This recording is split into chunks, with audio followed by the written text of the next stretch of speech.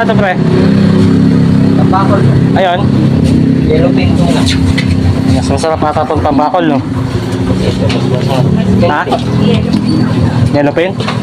Ito, 200 kilo. Ito, 270. Ilang kilo ba itong dalawa?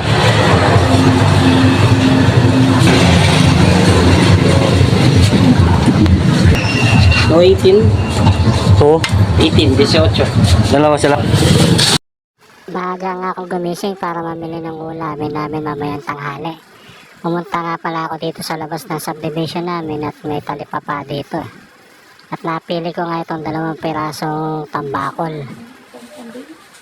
218 nga pala yan. Pipirito lang natin. At bumili rin pala ako ng tokwa.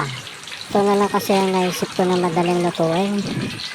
Nakakasawa din kasi ang baboy at puro manok. Baka magkapakpak na ako sa kakamanok. Hindi totoo yan.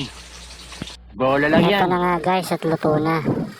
Luto na ang tambakol na pinirito natin na may sasawan toyo, kalamansi at sibuyas na may sili. Nagluto din ako ng samyang noodles at tokwa.